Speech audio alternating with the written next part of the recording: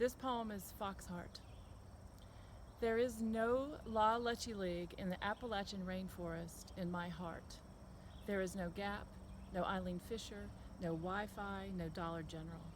But for 500 million years at least, there was enough chestnut and little leaf sneezeweed and Carolina parakeet for everybody in the Appalachian rainforest in my heart, and in actual reality, plus megatons of satiny swarms of freshwater mussels, the pearly shells of which make good ashtrays, and southern bog lemming and woodland bison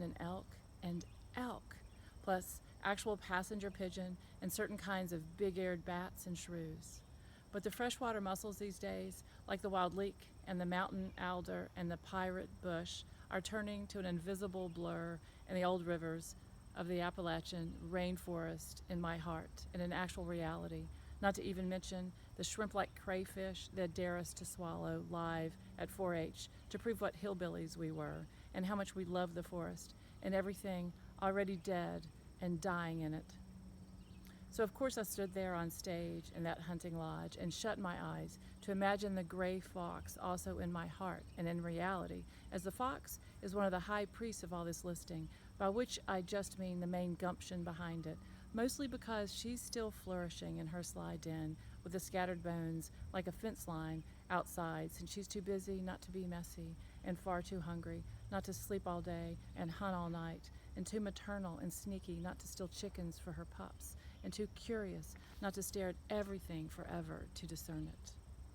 The gray fox can even climb trees, and is hence also part coon and cat, and I do mourn the mountain lion. I remember as a child the bobcat's call, and I do mourn never seeing a flying squirrel, or a star-nosed mole, or a bog turtle, or a diamond darter, or a spruce fir moss spider, and hate not even knowing what a hellbender is. But still I stood there on stage in that 4-H hunting lodge in my beloved Blue Ridge at the age of 8, and shut my eyes to call up the gray fox hiding out in the little den in the shadow of my hillbilly heart, to get the guts to open my mouth and swallow that crayfish live, so I could learn, I think, to bide my time till I could sing the story of our unforgivable sins and try and say,